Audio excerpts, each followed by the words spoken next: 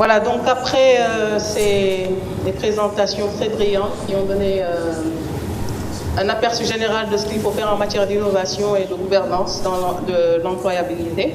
Donc moi, je donne un exemple pratique de la mine d'or de Sabodala et ce qu'elle fait en matière d'innovation. Je vais aussi parler des difficultés et recommandations, donner des recommandations pour une meilleure employabilité. Donc le premier slide, c'est le titre, la mine d'or de Sabodala et l'emploi des jeunes. Donc pour ceux qui ne savent pas, Teranga Gold, c'est la maison mère, donc qui est basée à Toronto, au Canada. Et Sabodala Gold Operation, c'est la compagnie qui est en charge des opérations au niveau de Sabodala.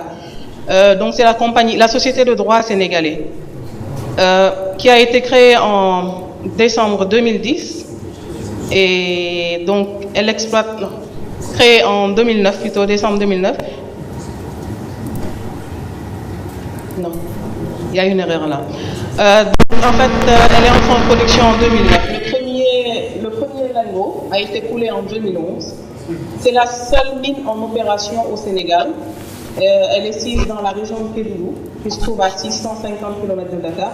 Pour ceux qui ne le savent pas, c'est l'une des régions les plus enclavées du Sénégal, d'où nos difficultés en matière d'emploi et à trouver des employés en fait qualifiés déjà dans le domaine des mines, mais aussi qui acceptent d'aller aussi loin, à 650 km de Dakar.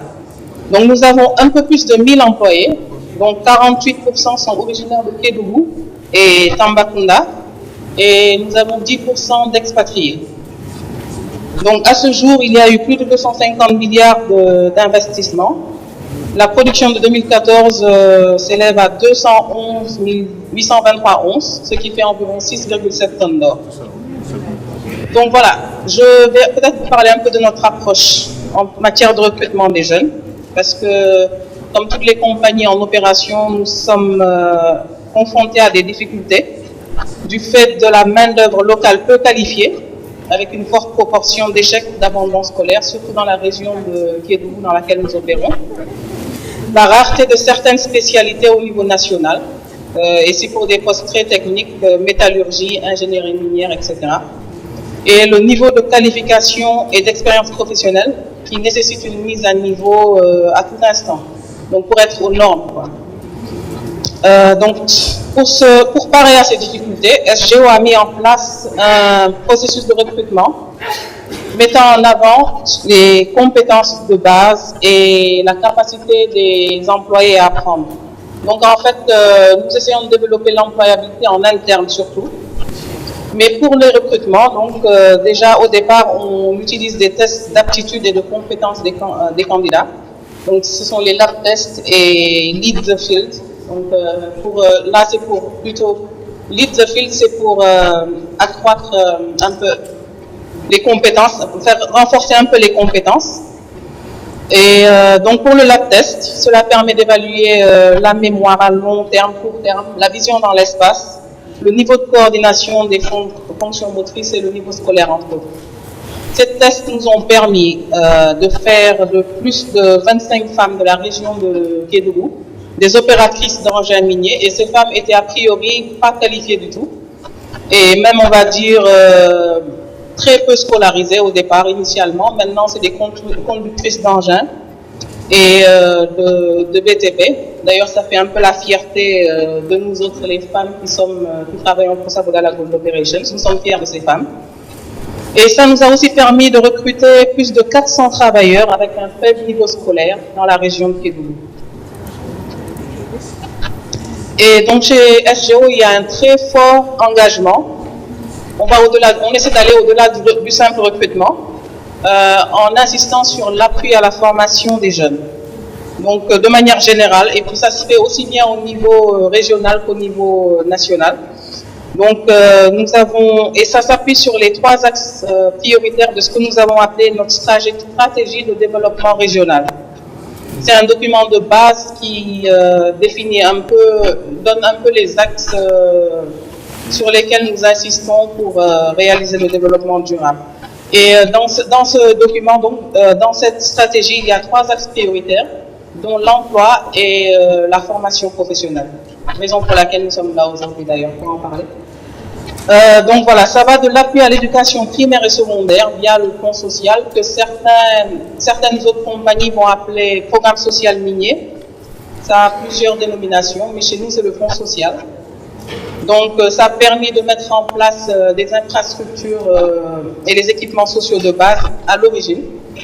Ça va aussi dans le sens du partenariat avec des institutions d'enseignement supérieur telles que l'IST, aussi l'octroi de bourses, de stages, la prise en charge de logement des étudiants ressortissants de la région de Kédougou et qui sont établis dans la ville de Dakar maintenant.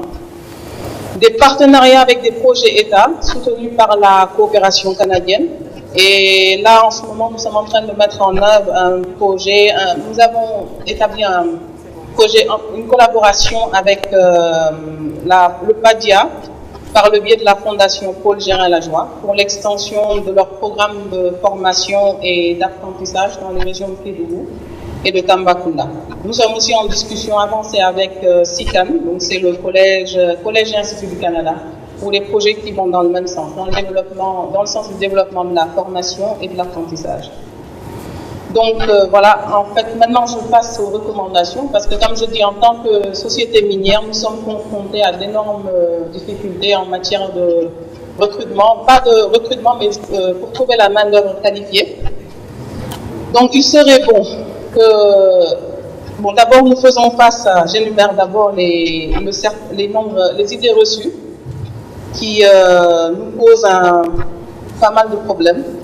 Les gens, au Sénégal, on a tendance à croire que les bons emplois doivent se trouver forcément à Dakar. Et ça pousse les jeunes diplômés à ne pas aller vers nous, donc à ne pas vouloir aller aussi loin que la région de Kédougou, qui se trouve à 650 km, qui est très enclavée encore une fois. Et quand ils le font aussi, ils espèrent une rémunération qui est supérieure, car ils pensent que déjà le fait d'aller aussi loin, ils doivent être rétribués en conséquence pour aller si loin. Et aussi, il y a l'idée reçue selon laquelle seul le secteur des services, donc les banques, les assurances, les télécommunications, est porteur d'emploi.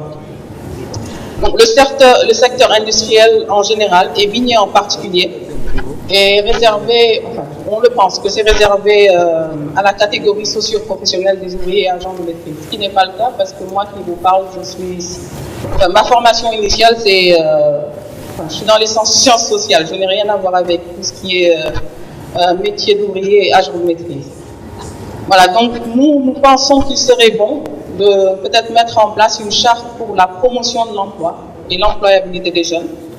Et pour ce faire, il va falloir activer au moins 3 leviers. D'abord, les leviers fiscaux, c'est-à-dire proposer des incitations fiscales et un système d'abattement pour contribuer à l'effort des entreprises en matière de recrutement des jeunes et des femmes. Parce qu'on essaie aussi de mettre l'accent sur le recrutement des jeunes et des femmes. Donc les leviers juridiques, déterminer un pourcentage du chiffre d'affaires alloué à la formation en interne, réguler les contrats de prestation de services pour les professionnels à la retraite, c'est-à-dire éviter quand même de recourir tout le temps aux retraités pour prolonger leur